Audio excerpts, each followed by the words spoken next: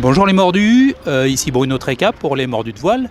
Je suis sur Actual, l'Ultime, et j'interviewe Yves Le Blévec pour le départ de The Transat. The Bridge. The Bridge. C'est bon, c'est The Bridge. C'est The Bridge. Donc le départ de The Bridge. Yves est un mordu de longue date. Ouais, absolument. Bonjour Yves.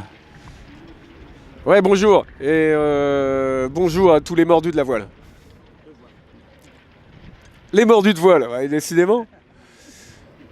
Demain c'est le départ de la Transat.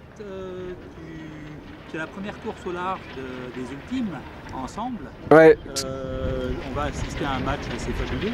Ouais, tout à fait. Alors ouais, demain c'est le départ de The Bridge. The Bridge, c'est le premier rendez-vous c'est la première fois qu'on va voir une course exclusivement avec les Ultimes, donc c'est une course en équipage. On est 4 Ultimes à prendre le départ et ça va être le premier réel rendez-vous, la première façon dont on va jauger les forces en présence. Et voilà, dès demain on partira. Alors cette course a la particularité, c'est une course qui part de Saint-Nazaire pour rejoindre New York, et elle a ceci de particulier, c'est qu'il y a le Queen Mary qui accompagne la course et il accompagne, hein, j'entends bien, hein, il ne court pas avec nous, hein, Queen Mary marche au moteur et c'est pas un bateau à voile.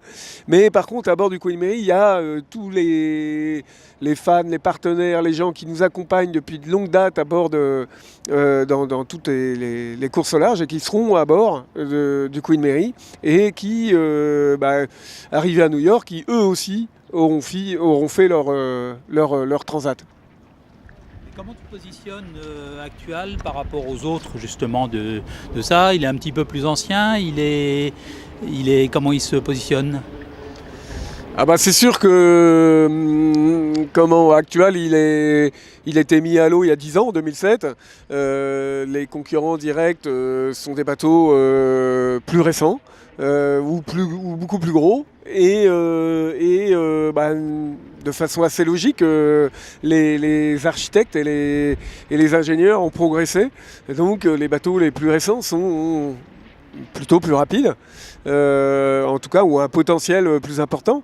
Mais bon, nous, on y va en bon marin et en bon compétiteur, et on va régater sans complexe aucun. Et à la fois, on y va sans pression, en tout cas beaucoup moins que les autres qui savent qu'ils doivent absolument gagner. Nous, on sait que la victoire, elle sera pas facile à accrocher, mais rien n'est impossible. Donc on y va avec moins de pression, ce qui ne veut pas dire qu'on y va de façon totalement détendue. Hein. On est évidemment concentré sur l'objectif, et à bord de Actual, il y a une sacrée bande de compétiteurs qui fait qu'on ne lâchera rien. Et au niveau des options météo, là c'est une météo assez molle au départ. Qu'est-ce que tu vas choisir? Concernant la météo, jusqu'au dernier moment, on ne sait pas exactement par où on va passer. On commence à connaître les grandes lignes, mais tout ça est assez vivant. Les prévisions sont variables d'une sortie à l'autre, donc on a plusieurs scénarios et on ne connaît pas encore exactement lequel on va choisir, et on s'adaptera au fur et à mesure.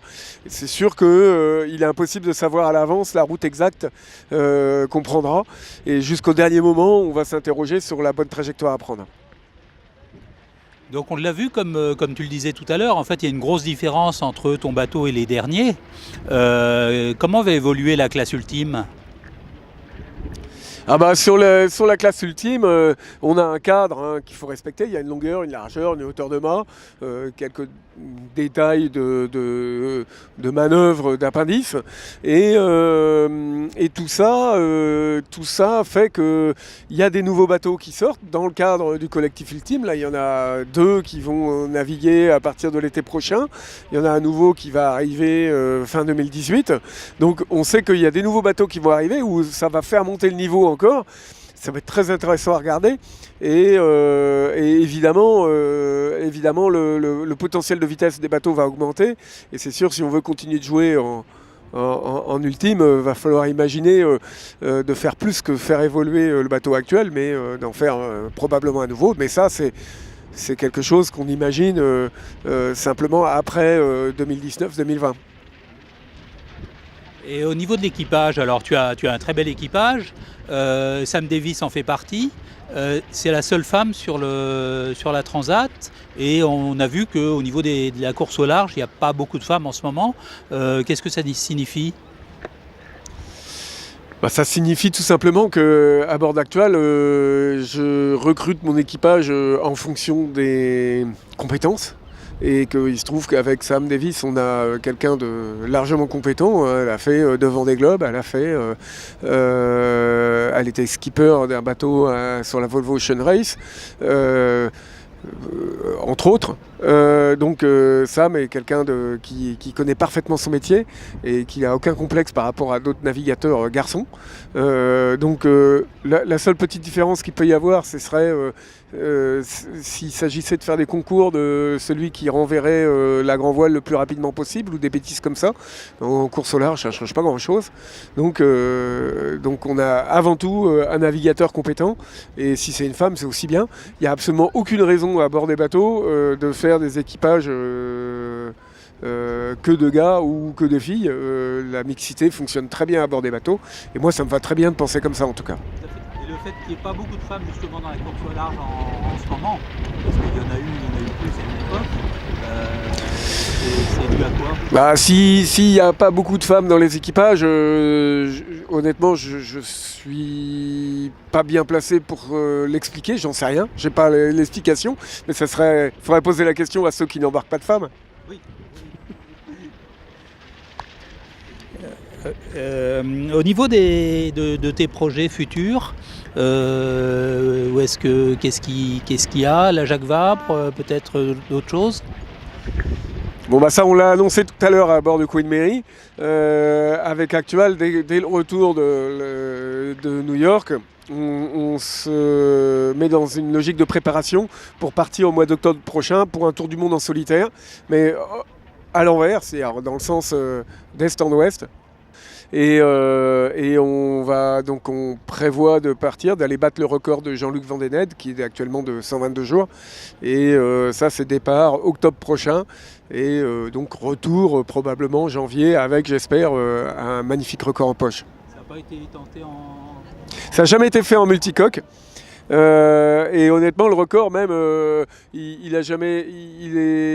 aujourd'hui c'est le même record en monocoque, en multicoque, en équipage, en solitaire. En fait, il y a eu tellement peu de tentatives que pour l'instant, il n'y a qu'un seul record et il n'y a pas de distinguo multicoque, monocoque et encore moins solitaire équipage. Il n'y a pas de distinguo. Il y a un marin qui fait une tentative en octobre, je ne sais plus. Il y a un marin de la Trinité qui va partir bientôt d'ailleurs, je pense, Alain Magnan, mais lui il n'est pas dans une logique de record, il est dans une logique d'aventure. Il partira je pense au mois de juillet, quelque chose comme ça, et on n'est pas du tout sur les mêmes supports ni sur les mêmes histoires.